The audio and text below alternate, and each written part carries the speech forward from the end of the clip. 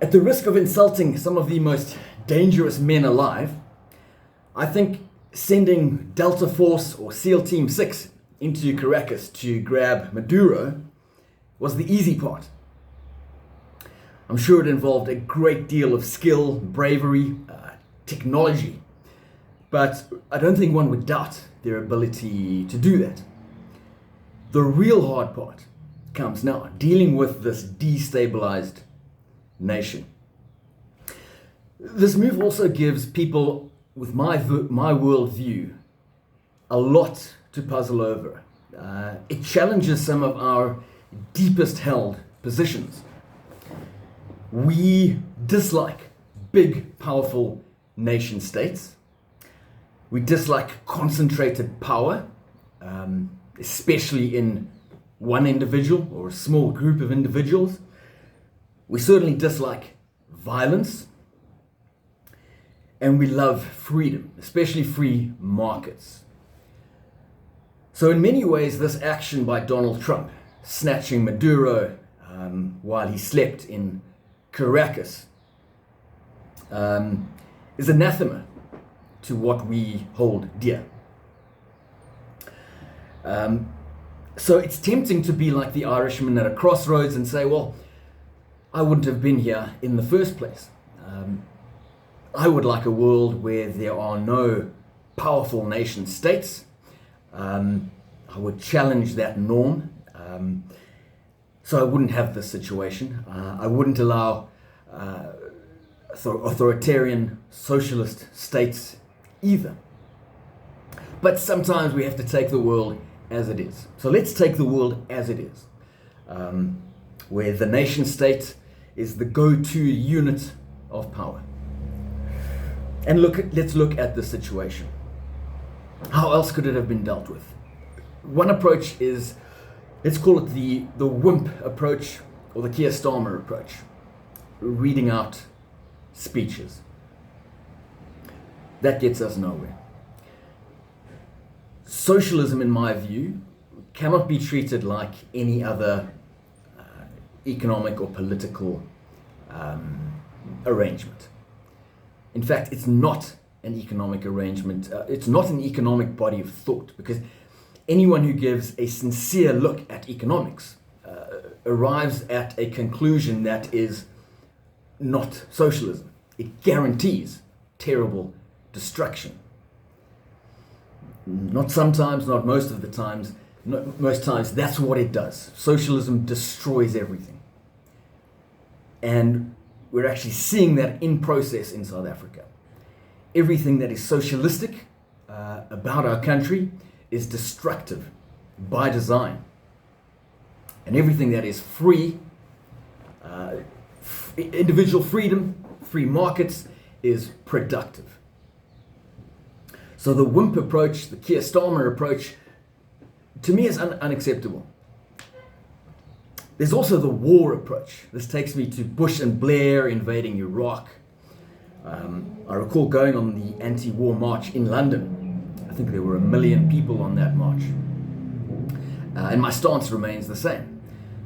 There was no evidence of weapons of mass destruction. Bush and Blair lied. They should have been tried for war crimes.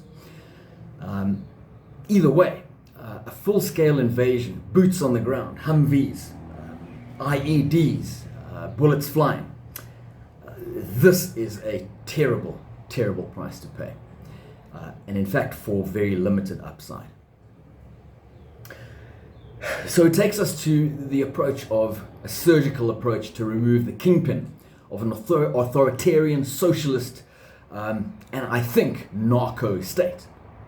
I think there's lots of evidence that Maduro was, in addition to being a strongman, authoritarian, and an illegitimate leader who hadn't won an election, a drug lord. He was a drug kingpin.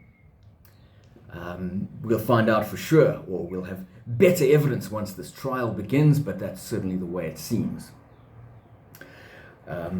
Removing a kingpin like that in a surgical strike, Thomas Sowell teaches us that there are no solutions, only trade-offs.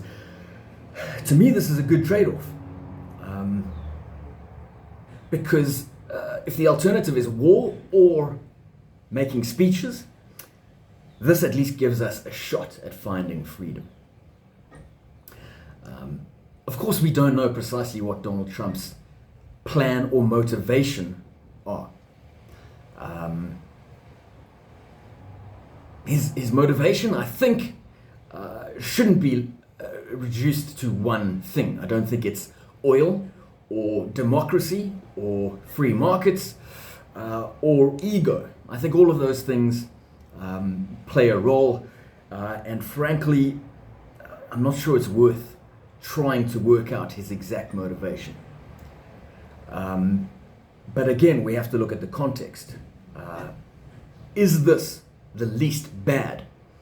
And if the alternatives are war or watching socialism destroy millions of lives, I think a surgical removal of the authoritarian leader is justified. But let's look at the risks. I think the chief one is the destabilization within Venezuela. Societies are vastly complex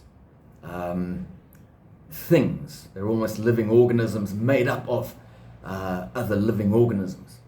And the Venezuelan society has been hugely disrupted.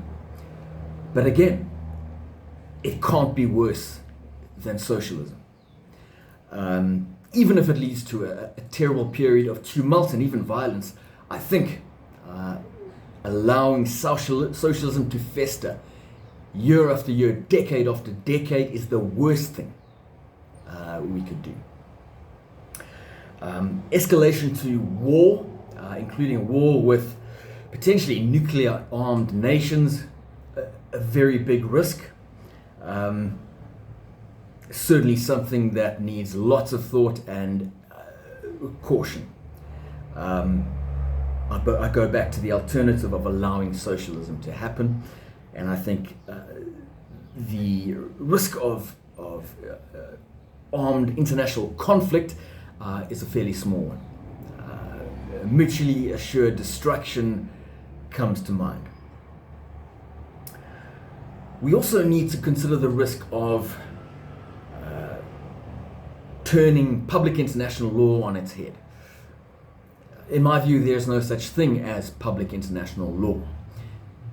The thing that we call public international law, where nation states are the primary legal people, is something, but I don't think it's law.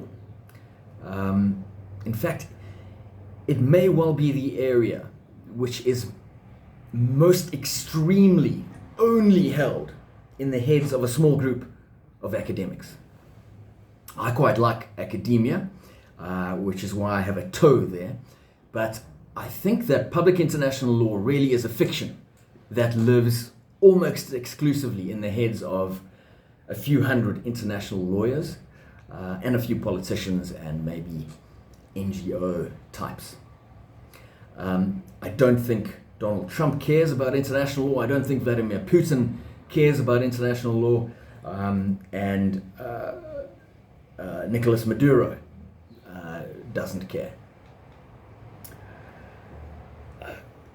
So, what is the solution now? I've called this the hard part, the nation building, if you like. And perhaps part of the solution is very much not nation building. It would be reducing the size of the state. Here, I think our framework comes from Bastiat, who argues compellingly that the state's power should be limited to preventing people from hurting and stealing from each other. Beyond that, we need decentralization and individual freedom. When that happens, we reliably get innovation, trade and productivity, growth. Contrary to what things like Zoran Mamdani has said, individual freedom is not selfish. The more individual freedom we have, the more economically ambitious we are, the more we pull people in and bring people with us. The only way I can scale is by bringing people with me to grow my business. That's people who are in my business and people who I engage with, customers, suppliers. In that sense, I often say that individualism is the original Ubuntu. So in my view, the solution is limited state, maximum freedom, and I think that this action, despite having serious risks, is the best trade-off, simply because any other approach to socialism, authoritarianism, is unacceptable because it's guaranteed destruction and poverty for millions of people.